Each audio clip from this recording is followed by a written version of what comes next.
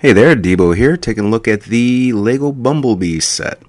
About 950 pieces, $90, but I think if you wait for a while, you might find this thing deeply discounted.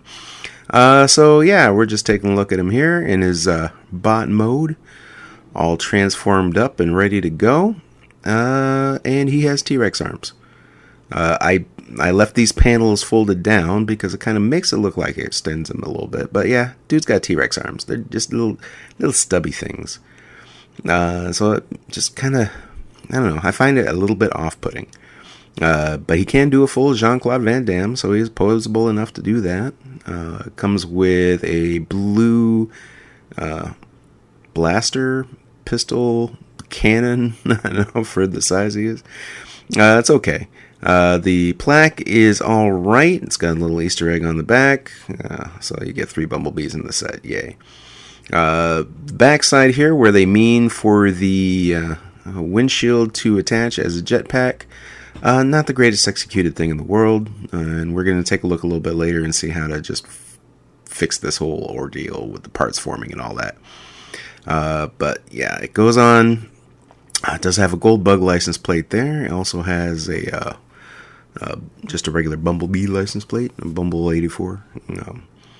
But you know, it's as many problems as I had with this set. It does have its charms. And taking a look at the transformation here, you're going to see when I pull this jetpack off. Yep, it leaves that piece of windshield there on the area for the spare tire in the back. And there are a couple things that, you know, you might forget to transform when you transform him. There's these 2 little things that fold down on either side of his head in the back there that kind of collar pieces, I guess you'd say. And he's a little bit fidgety. There's just it's a much more complicated transformation than the Optimus Prime that they came out with. But it is... yeah, it's kind of a rewarding transformation, I mean, minus the parts forming. Although things will get gappy, so you might have to just, if you transform him a lot, you'll have to repeatedly squeeze parts back into place firmly. So be aware of that. And then getting this windshield back on there for the final bit, and boom, good to go. It's just kind of a massive lump of bricks. Not the most attractive thing you've ever seen. The door sign just no, not great. But also, speaking of not great, here's the Studio Series 86 Bumblebee for comparison, just released by Hasbro for their 86 Transformers movie line.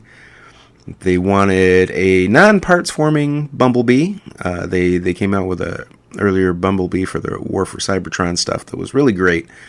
But then they decided, you know what, for the Studio Series 86, let's make him more like the original G1, kind of a Choro-Q shaped dealy-do with big back tires, smaller front tires, and apparently a knack for not transforming quite correctly. It does roll okay, though. And the LEGO Bumblebee rolls really heavy. It's a beefcake. Man, that thing has got just presence. I mean, it's just it exists and takes up a lot of space. But you know, to tie this all together, we can't really have a good Bumblebee review without taking a look at the G1 Bumblebee. Now, this is a Walmart reissue of the original G1 Bumblebee.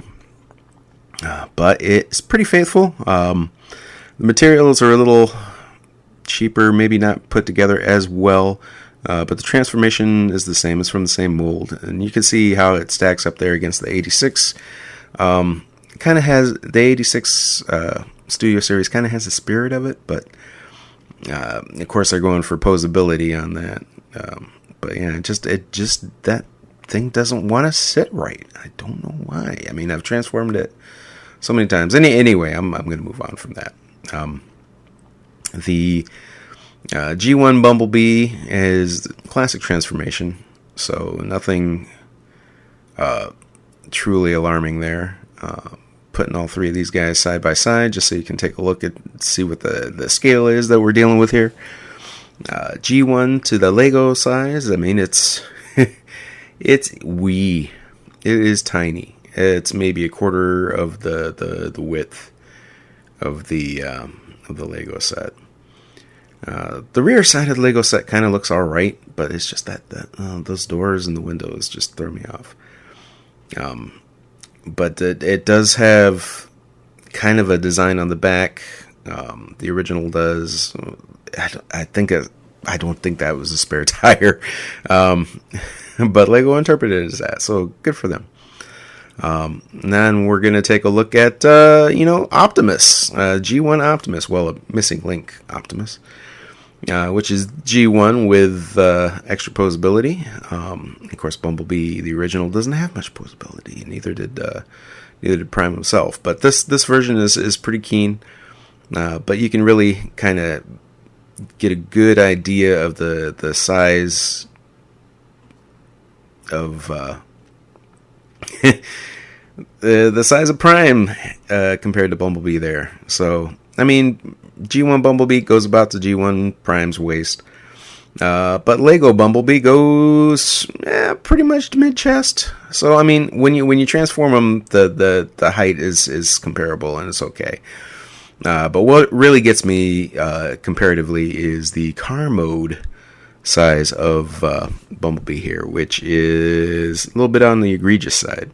And you can see the wheel sizes from the G1s are varied. So, of course, Prime has bigger wheels. Bumblebee's got smaller wheels. Bumblebee can piggyback on Prime pretty well. Just sits behind the hitch there, and he's on for the ride.